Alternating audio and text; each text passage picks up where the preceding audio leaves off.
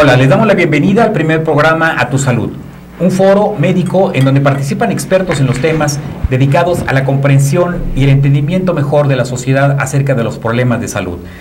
El día de hoy, nuestro primer programa es acerca de el SIDA, la epidemia olvidada.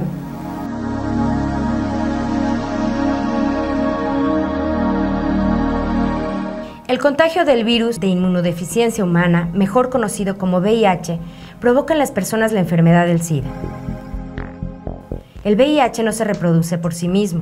Para duplicarse, debe infectar las células de un organismo vivo, es decir, grabar copias nuevas y activas. En su caso, ataca directamente el sistema inmunológico humano, dañándolo hasta que no pueda combatir otras infecciones. El VIH se encuentra en la sangre y fluidos sexuales de una persona infectada, así como la leche materna de una madre contagiada. Su transmisión se produce cuando una cantidad suficiente de estos fluidos ingresa en el torrente sanguíneo de otra persona. Así que existen tres formas de contagio principales: transmisión sexual, transmisión por sangre, transmisión madre-hijo. Pueden pasar años antes de que el VIH haya producido suficiente daño en el sistema inmunológico de una persona y éste se manifieste. Por ello, a una persona que se le diagnostica SIDA, cuando ha desarrollado una afección o un síntoma relacionado, una vez que su sistema inmunológico se ve debilitado y aparece una infección oportunista o cáncer relacionado con el SIDA.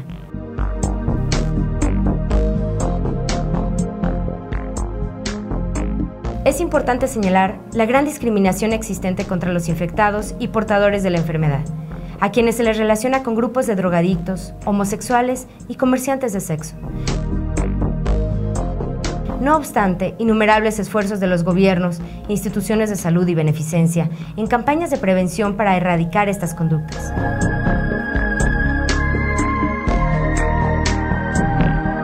A más del aumento creciente de mujeres contagiadas en el mundo, cuya problemática se asocia a la violencia familiar, relaciones de género, explotación y tráfico humano. Se calcula que hay 33.3 millones de personas en el mundo que viven con VIH. Hoy, las politerapias modernas son altamente eficaces y una persona infectada con VIH que recibe tratamiento puede vivir toda la vida sin desarrollar SIDA. Inquietantemente, todavía no hay una cura para el SIDA. La única manera de evitar la infección es conocer cómo se transmite y las formas de prevención. Contamos con la presencia y agradecemos por su participación del doctor Luis Fernando Pérez, infectólogo experto en el tema, el doctor Daniel Acosta Díaz de León, neurocirujano y expresidente del Colegio de la Profesión Médica, y el licenciado Carlos Arriola, de la Dirección de Equidad y No Discriminación de la Comisión Estatal de Derechos Humanos. Muchas gracias, bienvenidos. Gracias. Vamos a empezar el tema en relación a lo que era una pandemia que hace 30 años inició en nuestro planeta. Hace 30 años ha evolucionado ahora. Luis Fernando, ¿tú piensas o tú crees o tú qué puedes opinar acerca de la evolución en relación a estos 30 años? ¿Cómo fue inicialmente esta pandemia, sobre todo en relación a los individuos que afectaba, y si esto ha cambiado en la actualidad? Cuando se reconoció hace 30 años, se reconoció en una población de individuos muy particular, en algún área oeste de Estados Unidos, que tenían patrones de sexualidad de hombres con hombres o homosexualidad. Ahí fue donde se empezó a reconocer algunas variantes de alguna raza que aparentemente era predominante, que rápidamente se descartó. Y bueno, de ese patrón de afectación sexo masculino, poco a poco empezaron a aparecer en otro tipo de poblaciones, empezó a aparecer también en sexo femenino, al principio con una relación 20-1. Conforme ha ido extendiéndose y prácticamente se reconoce en todo el mundo esta infección, se reconocen los patrones de transmisión, la mayor parte de ellos por transmisión sexual. Y bueno, se ha visto que el sexo femenino también es susceptible de adquirir esta infección, y ahora vemos que en los casos de los últimos años prácticamente la proporción de infección sexo masculino, sexo femenino es prácticamente igual. Entonces se está revirtiendo esa relación de 20-1, actualmente en nuestro país la relación es 4-1 o 5-1 cuando mucho, y la tendencia seguramente al futuro es que prácticamente será un hombre por cada mujer. Estamos hablando de que las tendencias, de alguna manera, a pesar de que hay diferencias regionales y diferencias culturales, se comportan en el mundo más o menos igual, a diferentes tiempos. Más o menos similar. Y esto también lleva de la mano que cada vez van más casos pediátricos. Al haber más casos en el sexo femenino, hay más casos también de otra transmisión reconocida, que es la transmisión madre-hijo o transmisión vertical, y entonces eso lleva de la mano también a cada vez más casos en población pediátrica. Estamos hablando de una enfermedad que empezó con un grupo más que nada localizable, que fue segregado en su momento y quizá todavía hoy, y después hacer una enfermedad en donde todos estamos en riesgo, y la proporción de mujeres 1 a 1 en otros países, y nosotros nos estamos acercando. Prácticamente. En los países, por ejemplo en África, que es donde seguramente esta infección tiene mucho más tiempo, prácticamente la relación es 1 a 1. Y esto, en caso de no prevenirse más, estaríamos siguiendo esa tendencia. Hacia allá vamos, seguramente. Ahora, desde 30 años para acá, también ha habido un cambio en el patrón de aceptación de estos pacientes. Inicialmente de ser un grupo segregado, ¿ha cambiado esto, licenciado Carlos Arreola, de la Comisión Estatal de Derechos Humanos? ¿La segregación en este grupo ha cambiado? ¿Ha seguido igual? ¿Se siguen observando casos de discriminación? Sí, así es. Habría que reconocer que se ha avanzado. Sin embargo, en aquellos tiempos de 30 años hacia acá, bien la sociedad condenaba a las personas infectadas de VIH, las condenaba al ostracismo, las arrinconaba, las olvidaba y eran sinónimo de estigmatización, y se creía que también con solo verlos se podían contagiar, así hasta ese grado se podía llegar. Sin embargo, ahora ya se conoce que es una enfermedad que puede ser curable, tratable. En el aspecto de los derechos humanos sigue habiendo discriminación acerca de las personas que viven con HIV, y eso es lo que no ha cambiado.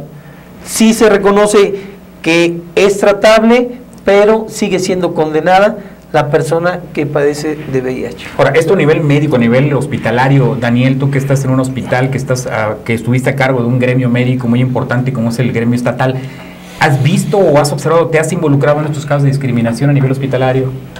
Sí, yo creo que a lo largo de la historia, de lo que nos ha tocado vivir médicamente hablando de la epidemia del SIDA, debemos entender que al principio existía terror, existía miedo de todo el mundo, la sociedad civil, el enfermo, el profesional de la salud, no sabía qué iba a pasar, no queríamos atender al enfermo, lo segregábamos, lo mandábamos al cuarto más alejado, la enfermera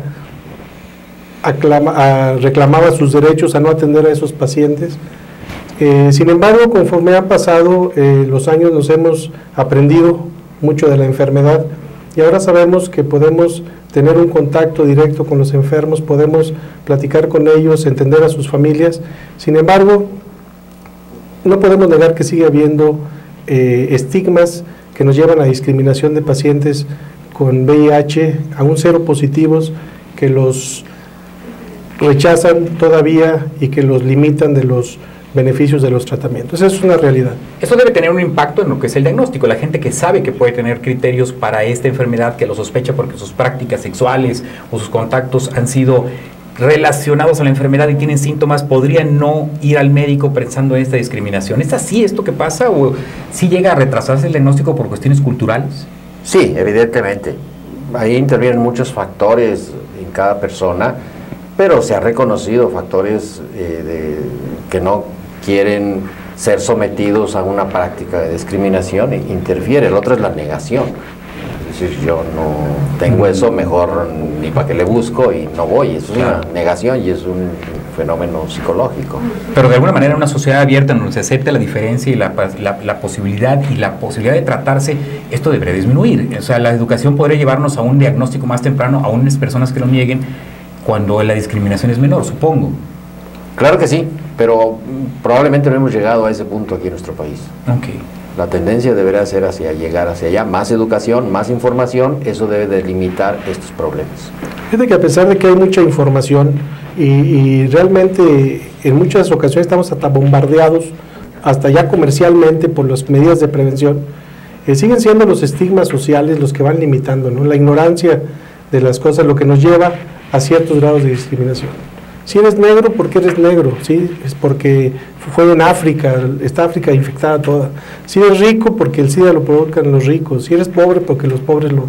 Y así cada uno de los problemas, el género, ¿sí? Los hábitos sexuales, si eres homosexual o si eres una persona que se dedica al comercio sexual, entonces siempre estamos buscando que esos estigmas para poder justificar esa discriminación que nos lleva inmediatamente a la violación de los derechos humanos. De acuerdo. Y creo que eso es lo que hay que combatir, hay que erradicar esas conductas sociales, esas construcciones sociales que las personas que sufren, que padecen esta enfermedad, son personas de segunda clase. Creo que a final de cuentas son personas infectadas y con un tratamiento pueden mejorar su calidad de vida. Vamos a un corte. Recuerda que estamos en este programa que es para ti y es A Tu Salud.